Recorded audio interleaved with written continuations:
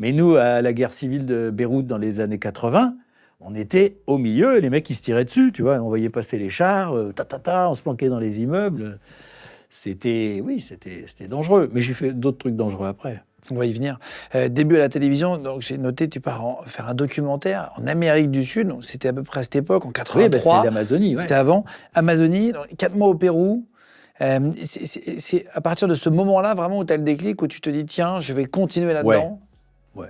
Enfin, parce que tu n'es pas parti faire de la fiction tout de suite, à part ton premier film, on en parlait en 2020 avec Alice Paul et Max Boublil, qu'on embrasse, qui est venu déjà, avec Gérard Darmon.